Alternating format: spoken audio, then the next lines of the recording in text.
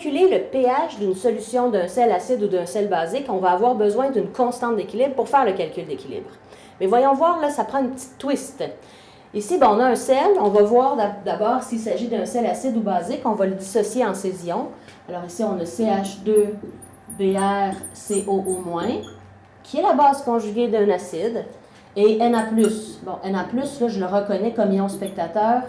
Lui n'influence pas le pH. Alors, c'est seulement l'ion négatif, l'anion, qui est une base, qui va influencer le pH. Très bien. Donc, c'est lui qui va réagir avec l'eau.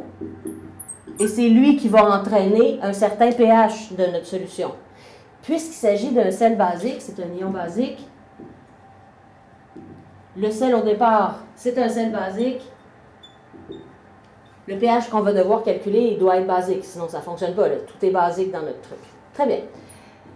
Puisque l'ion est basique, il va réagir comme une base, il va aller arracher un H+ à l'eau pour devenir cette espèce-ci, son acide conjugué, et ça va former des ions OH-.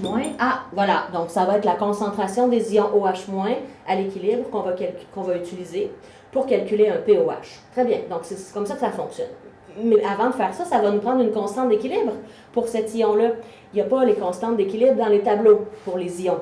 Il y a seulement les constantes d'équilibre pour les substances qui ne sont pas chargées électriquement. Alors, il va falloir faire un petit calcul pour convertir la valeur qu'on a pour cette substance-ci, pour la transformer en la valeur dont on a besoin. On regarde dans notre tableau et dans l'annexe, on trouve que le pKa de l'acide bromoacétique, cet acide-ci, c'est un pKa de 2,90. Sachant que le pKa plus le pKb est égal à 14, bien, ça nous permet de calculer facilement le pKb de l'ion dont on a besoin. Alors, c'est 11,11. Alors, ça va être le pKb, on le convertit en Kb, 10 exposant moins 11,10, qu'on fait sur notre calculatrice, là, je ne peux pas le faire dans ma tête, mais c'est la constante dont on va avoir besoin pour calculer, ultimement, avec un tableau IRE, la concentration des ions OH-. Même principe pour le deuxième sel. On décompose aussi, ça va nous faire CH3, CH2, NH3+, et Br-. Ah, je reconnais Br- comme un ion spectateur, n'influence pas le pH, alors il s'agit d'un ion acide. Très bien.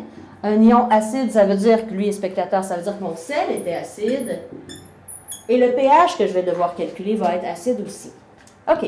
On fait réagir notre ion acide avec l'eau, parce que l'ion spectateur ne réagit pas avec l'eau. Et ça nous donne la base conjuguée de notre ion, plus H3+. Maintenant, même chose, dans l'annexe, on va trouver le pKb de cette substance et on va y aller par soustraction, 14 moins le pKa, 14 moins le pKb, qui va nous donner le pKa dont on a besoin pour faire notre calcul d'équilibre.